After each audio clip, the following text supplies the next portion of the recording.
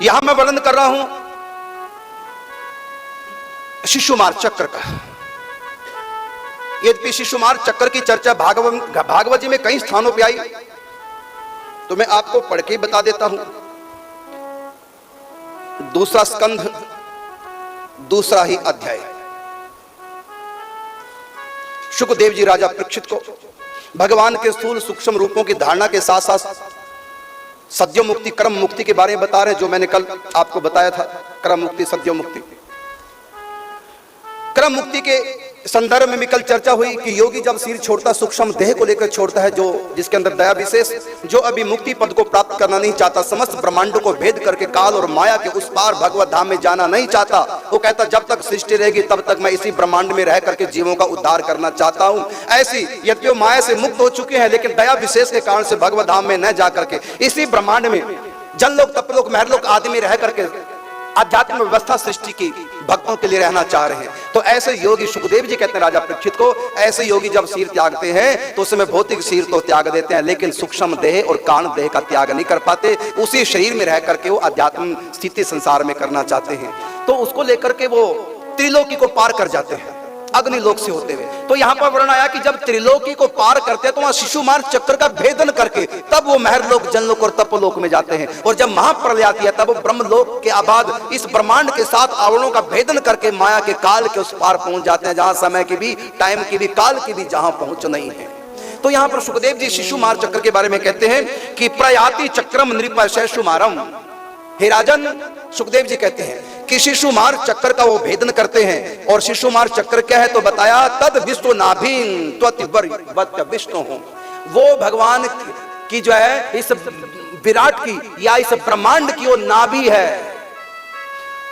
विष्णु का मतलब ये पूरा ब्रह्मांड, उसकी नाभि है। क्या? विश्व नाभि। किसकी? भगवान की, विराट की। उसी का नाम है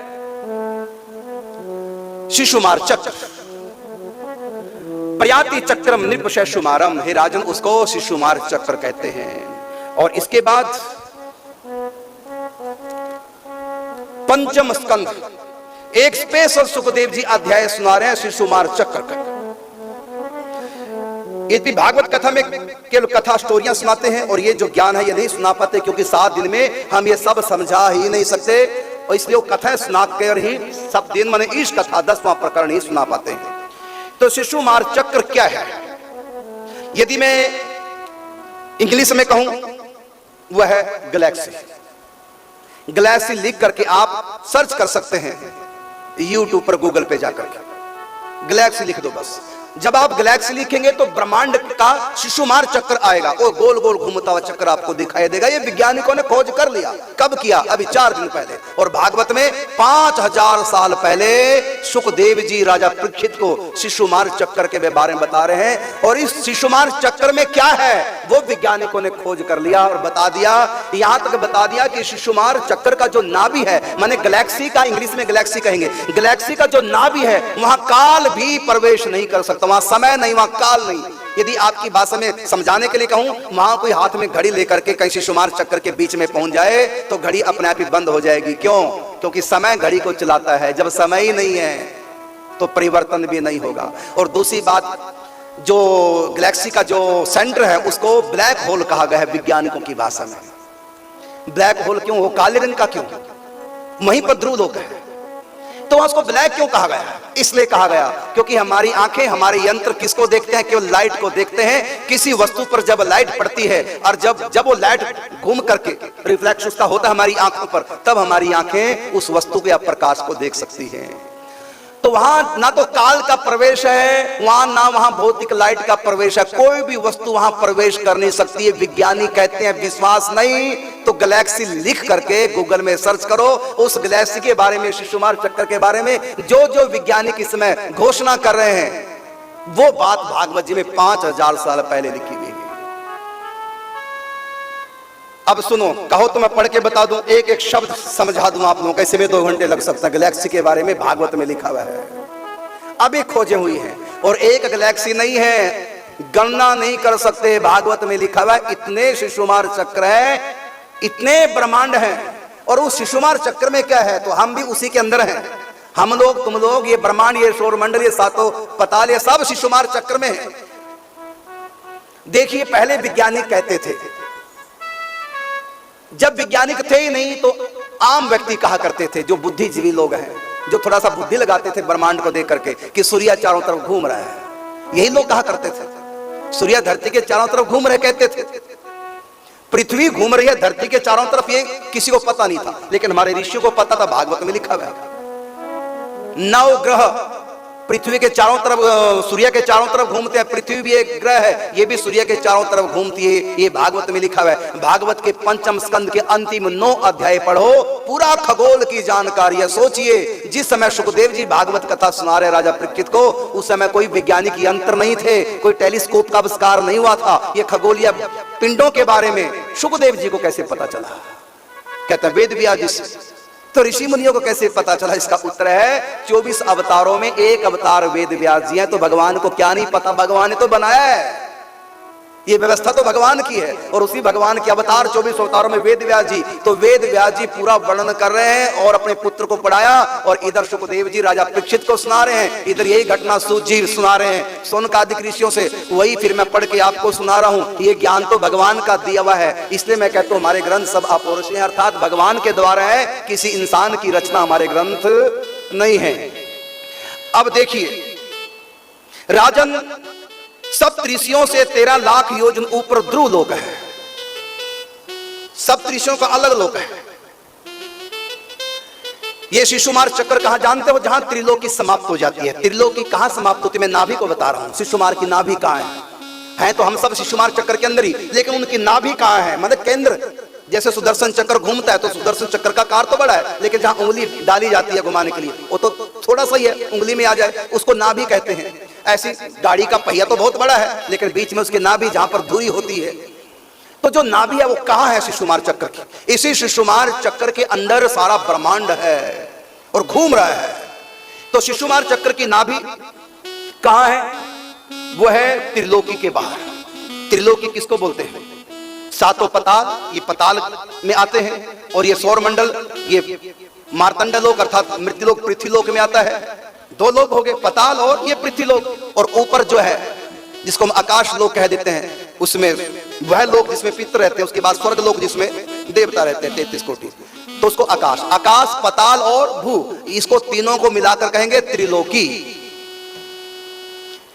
तो त्रिलोकी जहां समाप्त होती है, मतलब स्वर्ग भी जहां समाप्त, स्वर्ग से भी आगे, और त्रिलोकी के उस पार प्रथम लोक महर लोक है, फिर जन लोक है, फिर तप लोक है, फिर ब्रह्म लोक है, फिर वैकुंठ है। ये त्रिलोकी के उस पार है। और ये जो त्रिलोकी इधर की और उधर के जो लोक हैं, उनके ठीक बीच में नाभि है शिशुमार चक्र। और वो शिशुमार कौन है? तो भागवत में लिखा, स्वयं भगवान श्री हरि शिशुमार चक्र बने। उसी के आधार पर काल की प्रेरणा से समस्त लोक घूमते हैं, और जब ये ब्रह्मांड घूमते एक चक्र बन जाता है, उसी का फोटो टेलीस्कोप से लिया गया। एक आकाश गंगा में अरबों खरबों गैलेक्सियां हैं। टेलीस्कोप की सहायता से, दूरदर्शी यंत्र की सहायता से, ऐसा पावरफुल दूरदर्शी यंत्र होता है कि अरबों अरबों किलोमीटर दूर जो गैलेक्सियां हैं उनको भी नजदीक करके दिखा देता है। तो उस समय जब जूम कर करके टेलीस्कोपों को, जब गैलेक्सियों का ब्रह्मांड का चित्र लिया गया, तो गोल एक चक्कर घूमता नजर आता है। जिनके पास फोन है या जो टीवी के माध्यम से मुझे को देख रहे हैं, अपने स्मार्टफोन को उठाओ, गूगल पे लिख दो गैलेक्सी, देखना वह एक सुदर्शन चक्र की तरह घूमता घूमता नजर आएगा। ये वैज्ञानिकों के द्वारा टेलीस्कोप की सहायता से लिया गया ब्रह्मांड का चित्र है। ये एक गैलेक्सी है, और हमारे यहाँ एक गैलेक्सी को एक ब्रह्मांड कहा। इस प्रकार करोड़ों करोड़ों अनंत अनंत ब्रह्मांड है। इन सब ब्रह्मांडों को मिला करके बनता है महाविराट या महाब्रह्मांड, और उसका और छोर आज तक वैज्ञानिक नहीं कर सके। गैलेक्सी का और छोर वैज्ञानिकों ने ढूंढ लिया, लेकिन अनंत अनंत गैलेक्सियां हैं जिसका और छोर नहीं है। इस ब्रह्मांड में सबसे तेज गति है तो लाइट की है, प्रकाश की है। प्रकाश की गति से भी कोई व्यक्ति सफर करे, अरबों खरबों साल बाद भी ब्रह्मांड का वो छोर नहीं आ पाएगा, आज वैज्ञानिक कह रहा है। इसलिए हमारे ग्रंथों में भी यही बात लिखी है। श्री कृष्ण का एक नाम है अनंत कोटि ब्रह्मांड नायक, अर्थात हमारे ग्रंथों में ब्रह्मांडों को क्या कहा गया? अनंत। अनंत का मतलब मनुष्य जिसका अंत, जिसके छोर का पता न लगा सके, उसको अनंत कहते हैं। हम लोग पृथ्वी के धूल कणों को कितना बताते हैं? अनंत, जबकि संख्या इनकी भी है। एक सीमा है संख्या की। इस पृथ्वी में जितने भी धूल कण है सबकी टोटल संख्या है, लेकिन मनुष्य के पास उतनी जीरोएं है ही नहीं। सारी धरती पर एक लिख करके 000 करते चले जाओ, जितना अरबों खरबों बनोगे उससे भी अनंत गुना अधिक कण है धरती के ऊपर। तो जिसको मनुष्य गिन ना सके उसको क्या कह देते हैं? अनंत। तो हमारे यहाँ श्री कृष्ण का एक नाम है अनंत कोटि ब्रह्मांड नायक। अनंत क्यों कहा गया? यद्यपि ब्रह्मांड का अंत है, अनंत इसलिए कहा गया कि मनुष्य उसके अंतिम छोर तक पहुंच सकता ही नहीं है, गिन सकता ही नहीं। जब धूल कणों की संख्या भी निर्धारित है लेकिन गिन नहीं सकते, इसी प्रकार ब्रह्मांडों की संख्या भी नियत है लेकिन वो बोलने में लिखने में नहीं आ सकती, इसलिए मनुष्य कह देता अनंत है। तो आज वैज्ञानिकों ने गैलेक्सी के बारे में जानकारी प्राप्त कर ली, बहुत सी जानकारी जो अभी मैं आपको पढ़ के बताऊंगा। भागवत में 5000 साल पहले गैलेक्सी की चर्चा आई है। तो ये वैज्ञानिक जो कहते हैं वो आप स्वयं पढ़ो गैलेक्सी के बारे में। अब मैं भागवत जी पढ़ के बताऊंगा और मैचिंग कर लेना, वैज्ञानिक जो कह रहे हैं वही भागवत 5000 साल पहले कह रही है। ये है हमारा सनातन धर्म। मैं चैलेंज के साथ कहना चाहूंगा, दुनिया के जितने भी इस कलयुग में नए नए धर्म संप्रदाय है, किसी के ग्रंथ में ये जानकारी नहीं है जो हमारे ग्रंथों में, सनातन धर्म के ग्रंथों में।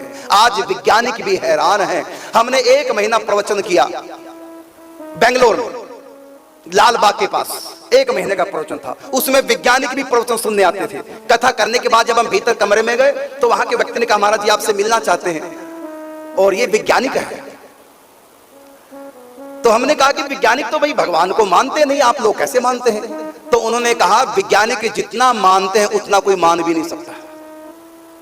हमारे पास प्रमाण है लेकिन हम प्रयोगशाला में सिद्ध नहीं कर सकते। भगवान तो स्वप्न की तरह है, जो देखा तो जाता है, बताया भी जा सकता है लेकिन किसी को दिखाया नहीं जा सकता। और हमारे वैज्ञानिकों का ये सिद्धांत है, जिसको हम दिखा ना सकें उसको बता भी नहीं सकते, कह भी नहीं सकते। तो व्यक्तिगत जीवन में तो हम इतने आस्तिक होते हैं, भगवान को मानते हैं, लेकिन हम लिख नहीं सकते कि भगवान होता है, क्योंकि सिद्ध कैसे करें कि आप तो वैज्ञानिक हैं, तो आप लोगों की आस्था इतनी कैसे? तो उन्होंने बताया हिंदू धर्म के ग्रंथों में जो हजारों साल से पहले लिखा हुआ है वो आज हम लोग वैज्ञानिक खोज कर रहे हैं। और हमने खोज किया कितनी बातें जो आज हमने खोज की, हम तो जानते थे हमारी नई खोज है, लेकिन भागवत आदि ग्रंथों में तो पहले से ही लिखा हुआ है। इसलिए हम समझ गए ये ऋषि मुनि हमारे भी उस्ताद हैं, जो दिव्य दृष्टि से सब देख लेते हैं। इसलिए हमको उस दिव्यता पर, उस शक्ति पर विश्वास हो गया है। कोई पावर संतों के पास जो लौकिक नहीं है, जहां वैज्ञानिकों की भी पहुंच नहीं, वहां पहुंच संतों की है, ग्रंथों की है। बस इन ग्रंथों को पढ़ करके हम चमत्कारी हो जाते हैं। जो बात ग्रंथों में हजारों साल पहले लिखी उसको हम आज जान पा रहे हैं अपने वैज्ञानिक यंत्रों के द्वारा। इसलिए हम आस्तिक हो जाते हैं। कोई सत्ता है, कोई इस भौतिक ब्रह्मांड से अलग भी कोई ऐसी पावर जिसका कंट्रोल इस पूरे ब्रह्मांड के ऊपर है।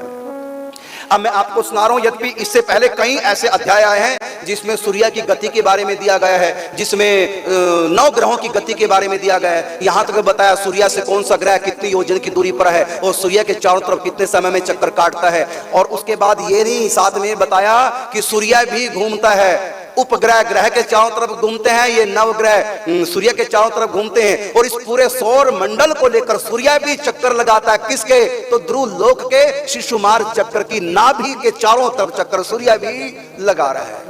उपग्रह ग्रह के चारों तरफ चक्कर लगाते हैं और ग्रह सूर्य के चारों तरफ चक्कर लगाते हैं। और इस सौर मंडल से सूर्य उस शिशुमार चक्र नाभि के चारों तरफ घूमता है और उसकी गति का वर्णन है। ये सूर्य उसके चारों तरफ कितने हजार सालों में एक चक्कर लगाता है। और रास्ते में सप्तऋषि मंडल आता है। शिशुमार की नाभि के चारों तरफ कौन कौन से लोक हैं, और हम भी शिशुमार चक्कर के अंदर है। ये ब्रह्मांड, ये नीचे के सातों पताल सब शिशुमार चक्र में है। बस जो जितना नजदीक है वो उतना ही ऊंचा लोक माना गया, हम दूरी पर हैं।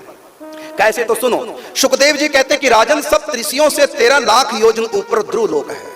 सप्तऋषि तारों को आप देखते हैं इस धरती से, इन सप्तऋषि मंडल से भी 13 लाख योजन, एक योजन में 12 किलोमीटर है। एक योजन में लगभग 12 किलोमीटर होते हैं। 13 लाख योजन ऊपर ध्रुव लोक है, उसे भगवान विष्णु का परम पद कहा गया है। अब सुनिए, आप लोगों ने सुना कि भगवान विष्णु का तो वैकुंठ है, लेकिन यहां पर शिशुमार की चर्चा हो रही है। शिशुमार में भी एक भगवान का लोक है। शिशुमार चक्र में वैकुंठ नहीं आता, वो उससे ऊपर है। शिशुमार चक्र में स्वर्ग आता है।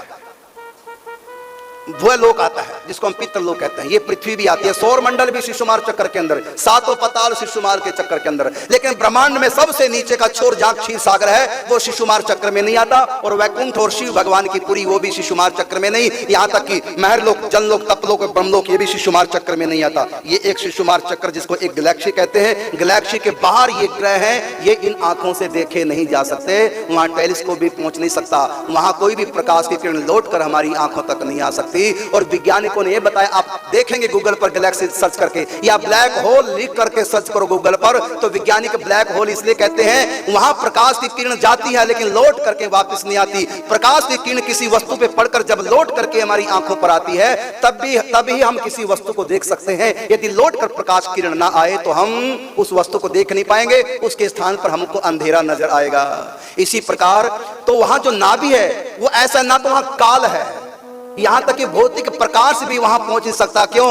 क्योंकि कवो भगवान का विष्णु पद कहा कि सप्त ऋषियों से 13 लाख योजन ऊपर ध्रुव लोक है, उसे भगवान विष्णु का परम पद कहा गया है। आजकल हम जिसको ध्रुव लोक बोलते हैं वही केंद्र में है, उसी के चारों तरफ ये त्रिलोकी के सब ग्रह पिंड सूर्य आदि घूमते हैं, सबकी धुरी ठीक बीच में कौन है? विष्णु पद है। उसी के चारों तरफ जो काल की प्रेरणा से अनंत अनंत ये सब सृष्टियां चक्कर लगा रही हैं, उसी को शिशुमार चक्र बोलते हैं, उसको ज्योतिष चक्र भी बोलते हैं। कारण क्या है? कारण ये है ज्योतिष चक्र इसलिए उसमें स्वयं प्रकाशमान पिंड भी हैं, जैसे सूर्य है स्वयं प्रकाशमान पिंड। तो वो जब दूर से वैज्ञानिक देखते हैं तो लाइट नजर आती है। आजकल बरसातों के मौसम में आप अपनी नंगी आंखों से भी देख सकते हैं, छत के ऊपर जाओ, बरसात होकर के जब समाप्त हो जाती है, बिल्कुल आसमान एकदम साफ, धूल मिट्टी बरसात में सब नीचे आ जाती है, उस समय आप देखेंगे इस ढंग से एक लंबा सा सफेद रंग का नजर आएगा, एक उस जिसको हम लोग आकाश गंगा कहते हैं, उसमें प्रकाश नजर आता है। देखना आप रात को, आज भी देख सकते हैं छत के ऊपर जाकर के, यदि मौसम साफ हुआ, एक बहुत विशाल आपको प्रकाश लाइट नजर आएगी। इधर भी नीला अंधकार, इधर भी अंधकार, बीच में लाइट, उसमें असंख्य तारे होते हैं। वो आकाश गंगा, एक आकाश गंगा में अरबों खरबों गैलेक्सियां होती हैं। ये वैज्ञानिक खोज किया। तो यहां पर बताया जा रहा है एक गैलेक्सी के बारे में, अर्थात एक शिशुमार चक्र के बारे में। तो कहा कि राजन सप्तऋषियों से 13 लाख योजन ऊपर ध्रुवलोक है, उसे भगवान विष्णु का परम पद कहते हैं। इसी त्रिलोकी में ये पद है जो ध्रुव को दिया भगवान ने, कि वो मेरा पद है। सप्तऋषि भी जिसकी चारों तरफ परिक्रमा करते हैं, पूरा सौर मंडल जिसकी परिक्रमा करता है केंद्र में रख करके, वो मेरा विष्णु पद है। वही शिशुमार चक्र अर्थात इस सृष्टि का संचालन कर रहा है, घुमाता है सबको, इसलिए इसको चक्र कहते हैं, चक्राकार। और वो चित्र आप देखेंगे जब गैलेक्सी का, वो भी घूमता हुआ गोल चक्र आपको दिखाई देगा। तो वो भगवान ध्रुव से कहते हैं कि मैं तुमको अपना वो विष्णु पद दे रहा हूं जो इसी त्रिलोकी के अंतिम छोर पर है, और ये समस्त सौर मंडल जिसकी परिक्रमा करता है, सप्तऋषि गण भी जिसकी परिक्रमा करता है, मेरा विष्णु पद। जब तक प्रलय नहीं आएगी तब तक तुम उस विष्णु पद में निवास करेंगे। आज से मैं तुम्हारे नाम रजिस्ट्री कर रहा हूं, आज से उस विष्णु पद का नाम होगा ध्रुव लोक।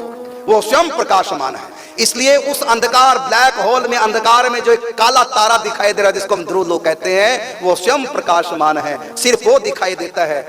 तो यहां कहा गया है कि यहां उत्तानपाद के पुत्र परम भगवत भगत ध्रुव जी विराजमान है। वहां काल का भी प्रवेश नहीं है, वैज्ञानिकों ने खोज कर लिया, वहां टाइम भी नहीं, काल भी उस ब्लैक होल में नहीं है। अग्नि, इंद्र, प्रजापति, कश्यप और धर्म, ये सब एक साथ अत्यंत आदि पुरुष उनकी प्रदक्षिणा करते हैं। मतलब इनके जो लोक हैं स्वर्ग आदि, ये भी घूमते हैं, स्वर्ग भी घूम रहा है, ये सौर मंडल भी घूम रहा है, ये पूरे ब्रह्मांड के जितने भी ग्रह नक्षत्र हैं, 27 नक्षत्र हैं, ये सब के सब उस गैलेक्सी में घूमते रहते हैं, प्रदक्षिणा करते रहते हैं। अब भी कल्प पर्यंत रहने वाले लोग इन्हीं के आधार पर स्थित हैं, अर्थात कल्प पर्यंत मतलब जिनकी कल्प के बाद पूरा होने पर जिनकी प्रलय हो जाती है वो स्थित, अर्थात ये सारा ब्रह्मांड जिस पर स्थित है और घूम रहा है, किस धुरी पर, वो है विष्णु पद ध्रुव लोक। वैज्ञानिकों की भाषा में कहें गैलेक्सी और ब्लैक होल, और यहाँ की भाषा में कहें तो शिशुमार चक्र, ज्योतिष चक्र। उसी के आधार पर हमारे ग्रंथ का नाम है ज्योतिष शास्त्र, यही वो शिशुमार चक्र है। उस ज्योतिष शास्त्र में देखो सप्तऋषि कब किस दिशा में होते हैं गैलेक्सी में, उस शिशुमार चक्र में, और सूर्य कितने दिनों में चक्कर एक लगाता उस गैलेक्सी में, सब एक एक वर्णन 9 अध्यायों में, भागवत के 5म स्कंद अंतिम 9 अध्याय पढ़ लेना। वैज्ञानिक भी हैरान है। आगे देखो, कहा कि कल्प पर्यंत रहने वाले लोग इसी के आधार पर स्थित हैं, अर्थात स्वर्ग आदि, ये मृत्युलोक, ये ब्रह्मांड, ये सूर्य, ये नवग्रह, ये सातों पाताल जिसके आधार पर स्थित हैं वो है, जैसे कि भागवत में दाएं लिखा। दाएं किसको बोलते हैं आप लोग नहीं जानते, गांव में इस बात को जानते हैं। दाएं कहते हैं पहले जमाने में मशीनें नहीं होते थे, मशीनी युग नहीं होता था, तो धान की फसल हो चाहे गेहूं की फसल, वो गोलाकार बिछा दी जाती थी। अब उस फसल से दाने निकालने तो कैसे करते थे, तो बीच में खूंटा गाड़ देते थे, उस पर बैलों की रस्सी बांध देते थे और चारों तरफ धान की फसल या गेहूं की फसल डाल देते थे। तो बैलों को हाँकते थे तो 8-10 बैल उस पर घूमते रहते थे, घूम घूम कर कुचलते थे, उससे फिर धान या गेहूं फसल से निकलती थी, तो उसके ऊपर घूमते थे, तो बीच में एक खूंटा होता था, उसी के आधार को लेकर के वो घुमा करते थे। तो ऐसे ही भागवत में लिखा, जैसे दाएं का आधार लेकर खूंटे का बैल दाएं पर घूमते हैं, इसी प्रकार वो जो नाभि है शिशुमार चक्र की, उसी का आधार लेकर समस्त ब्रह्मांड के लोक परलोक, ग्रह, नक्षत्र, ग्रह आदि घूमते हैं। तो केंद्र बिंदु में वो है। और इसलिए कहा दूसरे अध्याय का स्कंद का दूसरे श्लोक में, प्रयाति चक्रम नृप शिशुमारम, वो शिशुमार चक्र क्या है, उसका जो नाभि है, तो विश्व नाभि तद विश्व नाभिम त्वतिवर्त्य विष्णु हो, वो विष्णु स्वरूप है, वो भगवान की नाभि शिशुमार चक्र की नाभि। तो हम सब जिस आधार पर स्थित है वो शिशुमार है, और शिशुमार सहित अनंतानंत जो ये ब्रह्मांड, इसका और छोर नहीं, ये विराट भगवान के सिर पर है, और विराट भगवान की नाभि है वो शिशुमार चक्र की नाभि, संपूर्ण ब्रह्मांड का केंद्र बिंदु। जैसे कोल्लू का बैल, कोल्लू को बीच में करके उसके सारे से चारों तरफ घूमता रहता है। जैसे राहट पहले जमाने में पानी सींचने के लिए, खेती की उपासी के लिए, तो बैल घूमते रहते थे, बीच में केंद्र में वो रह करके चारों तरफ बैल घूमते थे। इसी प्रकार शिशुमार चक्र के नाभि को लेकर के, और कौन कितनी दूरी पर स्थित और अपने अपने चक्रों से घुमा रहे हैं, और विज्ञानी कहते हैं ऑटोमेटिक सिस्टम है, लेकिन शास्त्र कहते हैं कि वो भगवान कर रहे हैं। यंत्र उड़ानी माया यथा ब्रह्मांडे तथा पिंडे, जो इस ब्रह्मांड में है वही इस पिंड में भी वही सिस्टम है। यहाँ भी नाभि हमारे ठीक बीच में होती है, नाभि से अंगूठे तक नाप लो, नाभि से सिर तक नाप लो, ठीक बीच में नाभि होती है, तो नाभि गहरी होती है। इसी प्रकार वो शिशुमार चक्र बीच में गहरा है, और हमारी नाभि में अग्नि तत्व का निवास है। वैद्य भी कहते हैं, डॉक्टर विज्ञानी भी कहते हैं, वैश्वानर नाम की अग्नि निवास करती है। अग्नि का मतलब ज्योत है। इसी प्रकार वो ज्योति है नाभि में, उसी से समस्त ग्रह नक्षत्र प्रकाशित हो रहे हैं। कहा कि कल्प पर्यंत रहने वाले लोग समस्त इन्हीं के आधार पर स्थित हैं। इसका इस लोक का प्रभाव हम पहले चौथे स्कंद में वर्णन कर चुके हैं। तथा सदा जागते रहने वाले अव्यक्त गति भगवान काल के द्वारा जो ग्रह नक्षत्र आदि ज्योतिर्गण हैं निरंतर घुमाए जाते हैं। भगवान ने ध्रुव लोक को उन सबके आधार स्तंभ से नियुक्त किया है। वो बीच में जो खूंटा गड़ा है, बैल जिसके चारों तरफ घूमते हैं, उसी का नाम ध्रुव लोक है। अतः यह एक ही स्थान में रहकर सदा प्रकाशित रहता है।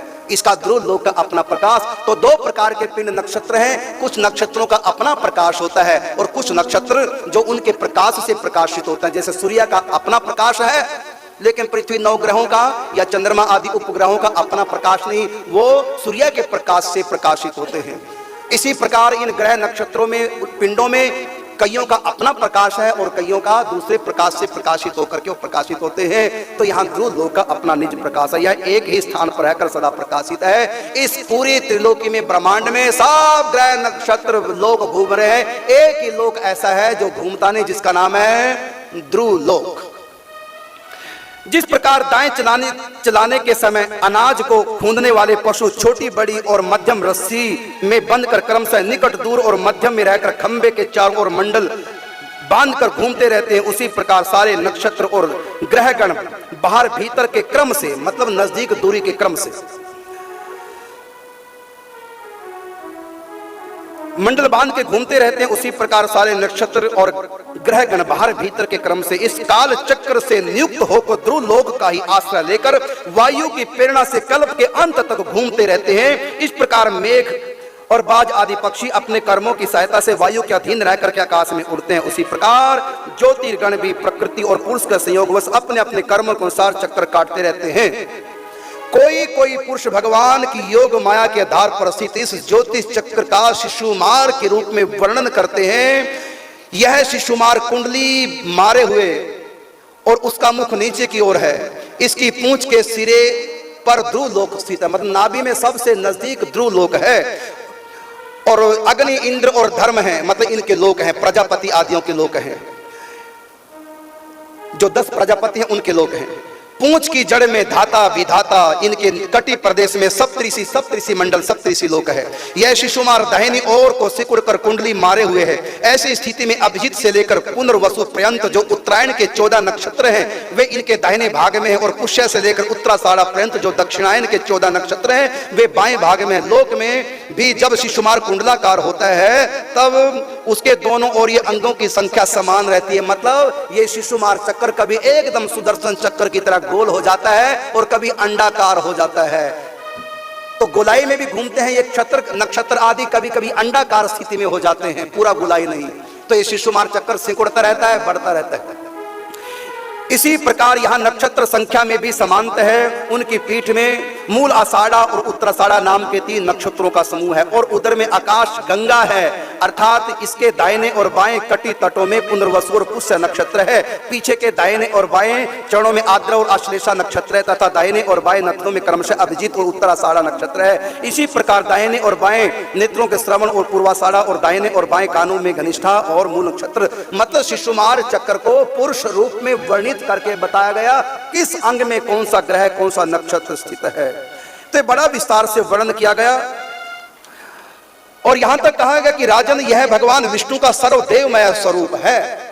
मानिए त्रिलोकी भगवान शिशुमार के अंदर, ये शिशुमार जो है ये निराकार ब्रह्म, किसी को दिखाई नहीं देता, लेकिन संत अपनी दिव्य दृष्टि से देखते हैं तो पुरुषाकार रूप में कुंडली बांधे, जैसे सिकुड़ के बच्चा सर्दी में सिकुड़ के कुंडली मार कर लेटता है, इस प्रकार भगवान विष्णु इस ढंग से जय लेटे हैं। लेकिन वो इन भौतिक आंखों से दिखाई नहीं देते, इसलिए टेलीस्कोप की सहायता से अगर वैज्ञानिक देखेंगे तो उनको सब नक्षत्र घूमते कभी अंडाकार और कभी बिल्कुल गोलाकार घूमते नजर आएंगे। लेकिन क्यों ऐसा हो रहा है ये वैज्ञानिक इसको अब तक खोज नहीं पाए। इसका नित्य प्रति साय काल के समय पवित्र और मौन रहकर दर्शन करते हुए चिंतन करना चाहिए। सुखदेव जी कहते हैं राजा परीक्षित को कि रात्रि के समय, संध्या के समय खुली आंखों से आकाश गंगा का दर्शन करना चाहिए, नक्षत्रों का दर्शन करना चाहिए। दिन भर के किए हुए अनजाने में जो पाप होते हैं उन पापों का शमन हो जाता है।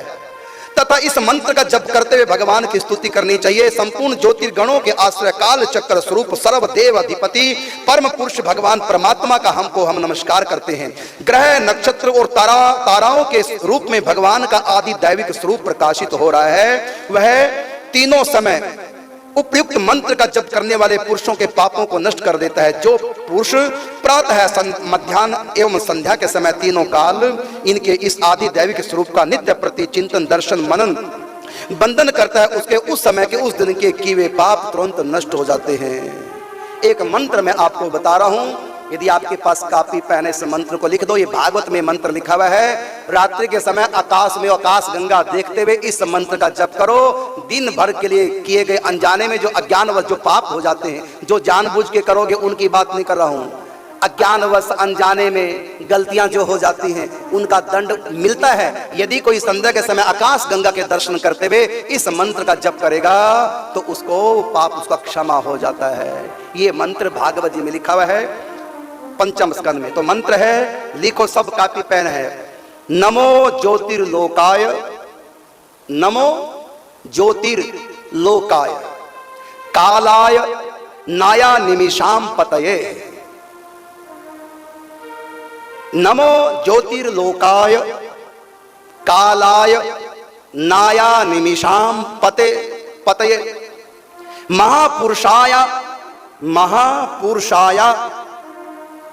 महापुरुषाया विधीमहि, धीमहि। और नहीं तो आप श्रीमद् भागवत जी शिशुमार चक्र वर्णन जिस अध्याय में है 23वां अध्याय, आप वहां पर जाकर के 8 नंबर मंत्र है, श्लोक 8 नंबर, वहां से भी आप इसको लिख सकते हैं। तो इस मंत्र का जो एक बार जप करता आकाश को, नक्षत्रों को देखता है, और आप देखना जब आप संध्या के समय देखेंगे तो इस प्रकार दिखाई देगा। अग्निकोण से वायव्य कोण तक ऐसे दिखाई देगा। अग्निकोण से वायव्य कोण, वो आकाश गंगा व्हाइट व्हाइट, आपको तो लगेगा ये बादल है सफेद रंग के। अरे रात को बादल नहीं दिखाई देते, वो बादल नहीं है, वो ज्योतिष चक्र है। तो रात को जब आप देखेंगे 8-9 बजे तो वो दिखाई देगा आपको अग्निकोण से वायु कोण, एक लंबी धारा दिखाई देगी। और जब आप सुबह देखेंगे 3, 4, 5 बजे तो वो बिल्कुल उल्टी दिशा में बदल जाती है, घूम जाती है। हमने बचपन में बहुत देखा था, लेकिन हमें पता नहीं था कि है क्या। लेकिन जब ग्रंथ पढ़े फिर कृपा से समझ में आया कि आकाश गंगा क्या है। एक आकाश गंगा में करोड़ों करोड़ों गैलेक्सियां हैं और एक गैलेक्सी को एक ब्रह्मांड माना गया। अनंत अनंत गैलेक्सियों को मिलाकर के एक महाब्रह्मांड बनता है और उसका कोई और छोर नहीं है। तो सबसे तेज इस पृथ्वी पर कोई है, इस ब्रह्मांड में तेज गति से चलने वाला, वो प्रकाश है। प्रकाश की गति से भी करोड़ों गुना अधिक हम गति से चलेंगे, तब भी प्रलय पर्यंत हम और छोर तक नहीं पहुंच पाएंगे। इतना विस्तार है ब्रह्मांडों का, मनुष्य की पहुंच नहीं। यदि कोई वैज्ञानिक कह दे कि ब्रह्मांड का अंतिम छोर हमने देख लिया, तब ये भागवत झूठी हो जाएगी। लेकिन आज तक कोई वैज्ञानिक सिद्ध नहीं कर पाया कि गैलेक्सियां आखिर हैं कहां तक, इनका कोई अंत नहीं है, वैज्ञानिक खोज नहीं पाए। तो इस मंत्र से नमो ज्योतिर्लोकाय कालाया नाया निमिषाम पतये महापुरुषाया विधि महिति, इस मंत्र का उच्चारण करके इस आकाश गंगा को संध्या के समय जो एक बार देख लेता है, दिन भर जो अज्ञानवश अनजाने में जो गलतियां हुई उनका दंड बिल्कुल भी प्राप्त नहीं हो तो क्षम्य हो जाती हैं। यमराज ने जो तुम्हारी दिन भर की अनजाने में गलतियां उनको भी लिखते हैं वो, लेकिन जो ही तुम इस मंत्र को पढ़ करके आकाश गंगा के दर्शन करोगे तो तुरंत यमराज को तुम्हारा लिखी हुई गलतियां मिटानी पड़ेंगी और रब कर देंगे। नहीं, अब इन्होंने मंत्र पढ़कर और जय आकाश गंगा के दर्शन कर लिए, शिशुमार चक्र के दर्शन कर लिए, तो ज्योतिर्मय स्थानों के दर्शन, तारा मंडल के दर्शन कर लिया, अब इनको ये दंड नहीं प्राप्त हो सकता। ये लिखा है अगले अध्याय में राहु आदि की स्थिति, अतल आदि नीचे लोगों का वर्णन आया है। ग्रह नक्षत्रों का कौन सा ग्रह सूर्य से कितनी दूरी पर है, और इस शिशुमार चक्र का पूरा चक्र ये कितने सालों में कौन सा ग्रह कैसे लगाता है, सब लिखा हुआ है। वैज्ञानिक भी माथा ठोकते हैं कि हमने तो कुछ भी खोज नहीं की, इससे आधी भी खोज हमने नहीं की जो भागवत में लिखा हुआ है। जो सनातन धर्म की तरफ उंगली उठाते हैं, इसका उत्तर मैं दे रहा हूं। जो दूसरे पंथों के मनगढ़ंत पंथों के लोग, इस कलयुग की पैदाइश जो धर्म पंथ हैं, उनके लोग जो सनातन धर्म की तरफ उंगली उठाते हैं, जरा मेरे सामने आओ और भागवत में जो लिखा हुआ है और फिर जाकर के वैज्ञानिकों के पास जाओ, और नहीं तो सब कुछ आपको गूगल पे मिल जाएगा। जरा सर्च करो और भागवत को उठाओ, कितनी मैचिंग हो रही तुमको पता चल जाएगा हमारे संत कहां तक पहुंचे। तुम तो अभी हुरों तक जा रहे हो, बात तो हुरों तक तुम्हारी पहुंच है, स्वर्ग तक तुम्हारी पहुंच है। इस स्वर्ग से भी आगे ये शिशुमार का ये नाभि चक्र जो विश्व ब्रह्मांड की नाभि है, पूरे ब्रह्मांडों की नहीं, केवल एक गैलेक्सी की मैं बताने जा रहा हूं। पूरे ब्रह्मांडों का तो और छोर ही नहीं है। भागवत में लिखा हुआ है अनंत अनंत ब्रह्मांड, अनंत अनंत गैलेक्सियां हैं, और बीच में जो ब्लैक होल जिसको वैज्ञानिकों ने खोज किया, विज्ञानी कहते हैं वहां काल नहीं है, समय वहां नहीं है, वहां प्रकाश की किरण जाती है तो लौट कर ही नहीं आती, इसलिए दिखाई नहीं देती। इसलिए वो क्षेत्र हमको टेलीस्कोप से अंधकार अंधकार दिखाई देता है, क्योंकि वहां जब प्रकाश की किरणें जाती है तो वापस लौट कर ही नहीं आती, जो भी गया समाप्त। और ये भी कह रहे हैं वैज्ञानिक, आप सर्च कर सकते हैं यूट्यूब में, गूगल पर, वैज्ञानिक ये भी कह रहे हैं कि एक दिन ये सारे नक्षत्र घूमते घूमते ब्लैक होल में चले जाएंगे तो गैलेक्सी खत्म हो जाएगी। और हमारे यहां भी भागवत में कहा ये प्रकृति सब सिमट जाती है, भगवान के अंदर समा जाती है प्रलय काल में। तो हमारे ग्रंथों में भी कहा है, वैज्ञानिक भी कह रहे कि ब्लैक होल में सारी सृष्टि चली जाएगी, एक दिन घूमते घूमते नक्षत्र ब्लैक होल में चले जाएंगे। ब्लैक होल इसलिए कहा गया, मैं बता चुका हूं, कि वहां इन आंखों से कुछ भी दिखाई नहीं देता, क्योंकि वहां की जो सृष्टि है वो सृष्टि ज्योतिर्मय है, लेकिन वो ज्योति इन आंखों से नहीं दिखाई देती, वहां भौतिक प्रकाश नहीं है। हमारी आंखें इस भौतिक दुनियावी प्रकाश को देख सकते हैं, वो जो आध्यात्मिक प्रकाश है, वो जो परमात्मा का प्रकाश है, जो ज्योतिर्मय है, वो इन आंखों से दिखाई नहीं दे सकता। तो वही भगवान का दिव्य प्रकाश है जो इन आंखों से कोई देख नहीं सकता, इसलिए टेलीस्कोप को जूम करके जब देखते हैं वो दिव्य प्रकाश नाभि में, जिसको पहले विष्णु पद कहा गया, बाद में ध्रुव के लिए भगवान ने उसका नाम ध्रुव लोक रख दिया और वहां का राजा ध्रुव को बना दिया। उसी को लेकर के पूरी गैलेक्सी चारों तरफ चक्कर, सब ग्रह नक्षत्र, स्वर्ग तक, सप्तऋषि मंडल तक, स्वर्ग से आगे सप्तऋषि मंडल, वो भी सब इस गैलेक्सी में है और सब चक्कर लगा रहे हैं। ये पृथ्वी भी है, सौर मंडल भी, यह सौर मंडल भी गैलेक्सी की नाभि से बीच में नहीं, अलग है, थोड़ा दूरी पर है। सबसे नजदीक सप्तऋषि मंडल है, फिर नक्षत्र है, फिर स्वर्ग है, फिर पितरलोक है, उसके बाद ये सौर मंडल है उस गैलेक्सी में। ये हमारे ग्रंथों में यहां पर लिखा हुआ है। और कैसे भगवान, पहले मैं सोचा करता था कि ग्रह नक्षत्र कैसे घूम रहे हैं अपनी अपनी गति से। पृथ्वी अरबों सालों से चक्कर लगा रही है सूर्य के चारों तरफ, ना इसकी गति तेज हो रही है ना मंद पड़ रही है, और रास्ता वही है फिक्स। आखिर कौन है जो यंत्र की तरह घुमा रहा है, आगे पीछे क्यों नहीं? बचपन में बातें सोचा करता था, लेकिन शास्त्रों में इसके उत्तर मिले हैं। ये सब भगवान कर रहे हैं। ये मूल प्रकृति का आधार काल है और काल का आधार महाकाल परमात्मा है, जो काल के भी उस पार है। वो काल की को प्रेरित करके इस त्रिगुणमयी प्रकृति को संचालित कर रहे हैं। सब नक्षत्र अपनी अपनी मर्यादों में सृष्टि के आदि काल से चक्कर भ्रमण लगा कर रहे हैं, और ये सब उन्हीं का विधान है। इसलिए कहा ये दुनिया बनाना और बना के फिर चलाना बस उसी का काम है, बड़ा जोरदार उसका इंतजाम है, वो बड़ा जबरदस्त उसका इंतजाम है। आज तक ये ग्रह नक्षत्र कोई भी परस्पर टकराते नहीं है। टकरा जाए तो सृष्टि में प्रलय मच जाए, ये किसकी व्यवस्था है? सूर्य भी ध्रुव लोक के चारों तरफ सौर मंडल को लेकर चक्कर काट रहे हैं। कितने नक्षत्र ग्रह चक्कर काट रहे हैं। और आकाश में रात के समय देखो, आकाश गंगा में कितने ग्रह नक्षत्र दिखाई दे रहे हैं। एक तरफ सप्तऋषि मंडल दिखाई दे रहा है, एक तरफ ध्रुव लोक भी दिखाई देता है, ध्रुव तारा जिसको कहते हैं। कोई भी परस्पर टकराता नहीं है। ये किसकी व्यवस्था है? किसने सृष्टि को चलाया, बनाया, और कौन चला रहा है, संचालन कर रहा है? क्यों नहीं समय से पहले प्रलय आती? ये दुनिया बनाना, बना के फिर चलाना बस उसी का काम है, बड़ा जोरदार उसका इंतजाम है, बड़ा जबरदस्त उसका इंतजाम है। रात को ही रात, प्रभात को प्रभात, शाम ही को शाम है, बड़ा जोरदार उसका इंतजाम है, बड़ा जबरदस्त उसका इंतजाम है। दुनिया बनाना, बना के फिर चलाना बस उसी का काम है, बड़ा जोरदार उसका इंतजाम है, बड़ा जबरदस्त उसका इंतजाम है।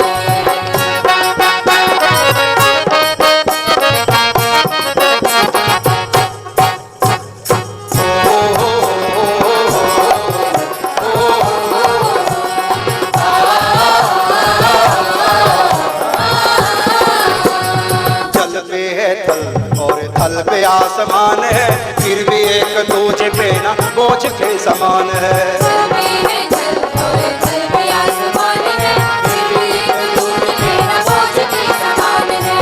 अलग अलग पिंड अरबों खरबों टनों के वजन वाले कोई तोल नहीं सकता, फिर भी निराधार स्थित हैं, अपनी अपनी धुरी पर चक्कर लगा रहे हैं। धरती की 7 गतियां हैं। धरती जो जिस गति चलती है, धरती की 7 गतियां हैं। भागवत में एक धरती की गति अपनी धुरी पर घूमती है, जिसे दिन रात बनते हैं। 24 घंटे में घूम जाती है धरती अपने इर्द गिर्द, 24 घंटे में एक बार, जिसे दिन रात बनते हैं। ये एक गति है। दूसरी गति है ऐसे ऐसे झुकती है, 6 महीने धीरे धीरे ऐसे, 6 महीने ऐसे। इसे उत्तरायण दक्षिणायन होते हैं। इसे सर्दी गर्मी ऋतुएं बदलती हैं इस गति से। ये दूसरी गति है। तीसरी गति पृथ्वी की है, वो 365 दिन में चक्कर लगाती है, 365 दिन 6 घंटे, वो सूर्य के चारों तरफ तीसरी गति है। और चौथी गति सूर्य की है, इसको वैज्ञानिक नहीं जानते, लेकिन हमारे ग्रंथों में लिखा हुआ है वो चौथी गति कि सूर्य भी घूम रहा है और सूर्य के चारों तरफ घूमते घूमते पृथ्वी चक्कर लगा रही है। सूर्य भी तो घूम रहा है। सूर्य की 3 गतियां हैं, तो प्रत्येक गति के साथ पृथ्वी साथ देती है, ये 6 गतियां होगी। और एक गति है पृथ्वी की, शिशुमार चक्कर जब सिकुड़ता है, लंबा हो जाता है और गोल हो जाता है, ये भी पूरा चक्कर शिशुमाल का जब सूर्य सौरमंडल के साथ लगाती है तब ये सप्तम गति है। तो पृथ्वी 7 प्रकार से गति कर रही है। वैज्ञानिक भी हैरान है। वैज्ञानिकों ने 4 गतियों की खोज की है, लेकिन अभी 3 गतियां और हैं जो ग्रंथों में हमारी भागवत में लिखी हुई हैं। क्या करेगा वैज्ञानिक? तो 4 गतियों के तो खोज कर ली, आज खोज की, और भागवत में 5000 साल पहले सुखदेव जी राजा परीक्षित को बता रहे हैं ये है हमारा सत्य सनातन धर्म। ये ज्योतिष शास्त्र, ये ज्योतिष गणना सनातन धर्म के सिवा किसी मत मतांतर में नहीं है। खोज लो ज्योतिष शास्त्र के बारे में। औरों को तो वैज्ञानिक बताते हैं सूर्य ग्रहण कब पड़ रहा है, और धर्म वालों को, और हमारे सनातन धर्म को वैज्ञानिकों की आवश्यकता नहीं, कब सूर्य ग्रहण पड़ेगा, कब चंद्र ग्रहण।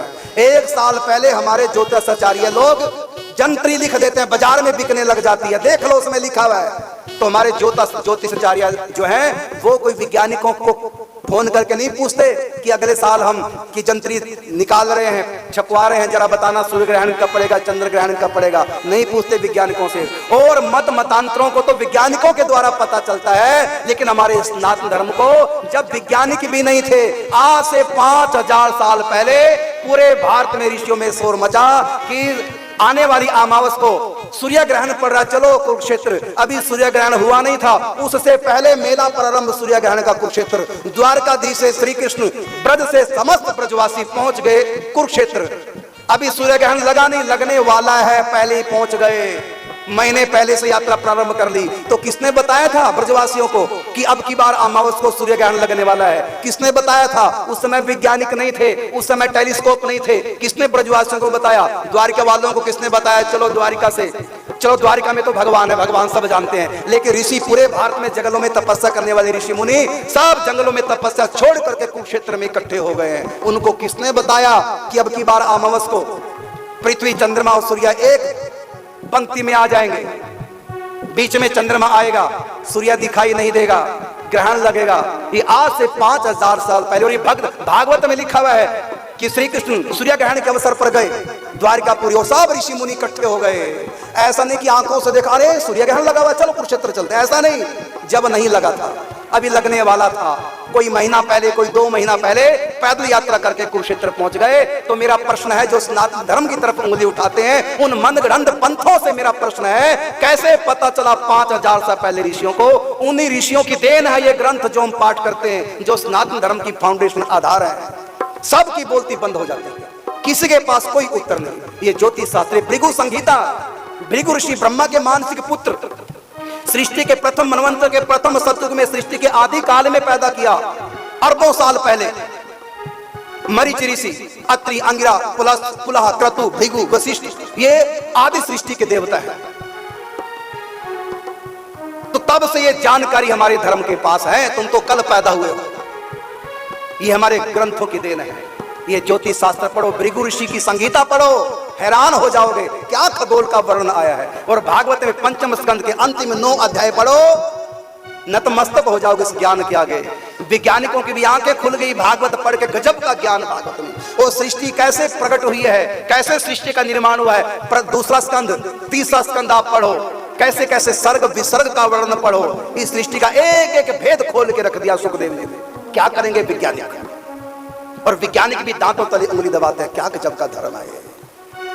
अब मैं आज भी देख लो चमत्कार, अगले साल की जंत्री पहले आ जाती है।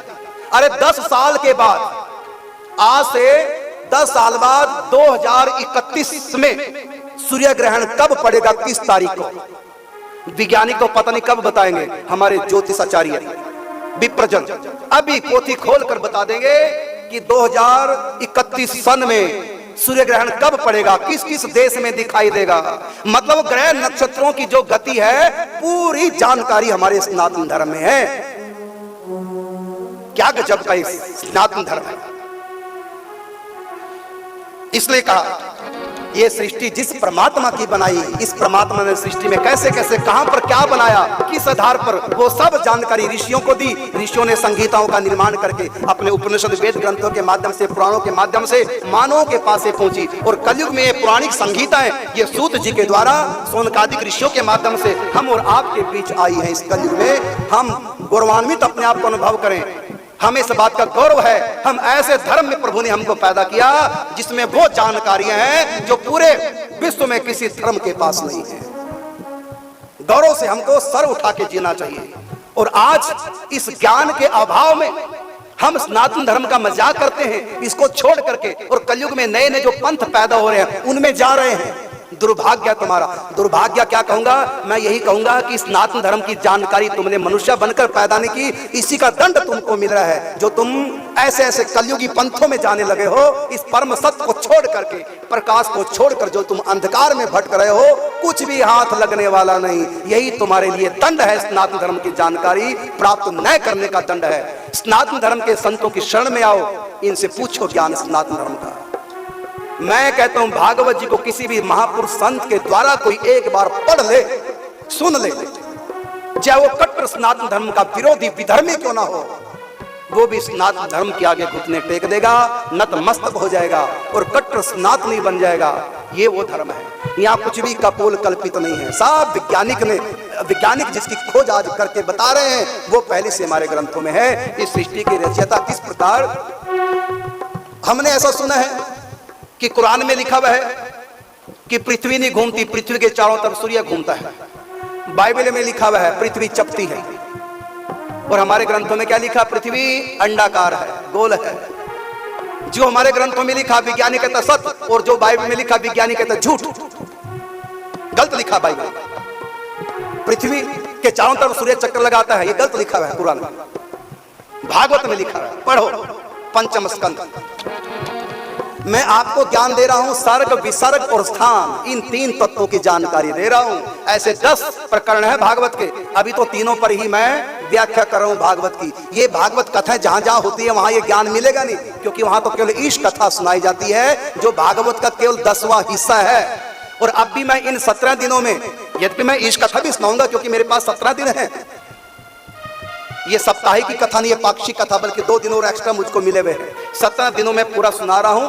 पूरा तो फिर भी नहीं हो पाएगा, लेकिन वो जानकारी मैं देने की कोशिश करूंगा इन पितृपक्ष में। सुना भागवती रहा हूं, कोई ये ना कहे कि भागवत से अलग कुछ और सुना रहा हूं। मैं सुना भागवती रहा हूं, लेकिन मैं भागवत के वो प्रकरण सुना रहा हूं जिन पर ना किसी की दृष्टि जाती, ना कोई सुनाता है और ना कोई सुनता है। और सुनाने की कोई कोशिश भी करेगा लोग बोर हो जाएंगे, क्योंकि कोई कथा किस्सा स्टोरी कहानी तो है नहीं।